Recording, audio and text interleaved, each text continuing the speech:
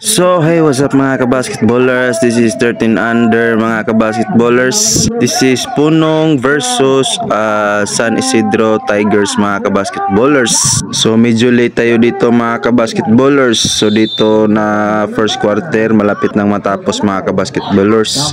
Pero okay lang yan mga kabasketballers. Ang importante may video pa din na makikita sa first quarter. So please paki-like, share and subscribe mga kabasketballers para updated pa rin kayo sa mga bagong highlights natin mga kabasketballers. So enjoy watching mga kabasketballers. Brr.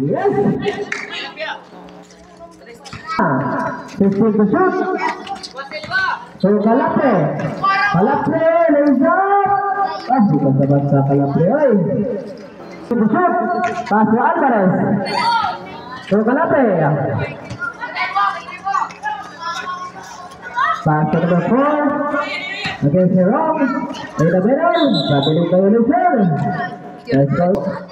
Gisina, back to Sala. Pasio Alvarez, 15 seconds remaining. 10 seconds remaining. Sebagai dua, 5 seconds. 5 seconds. Jumper. So ayun na nga mga kabasketballers, tambak ang puno ng DC sa Ace mga kabasketballers. Ang score is 4-20.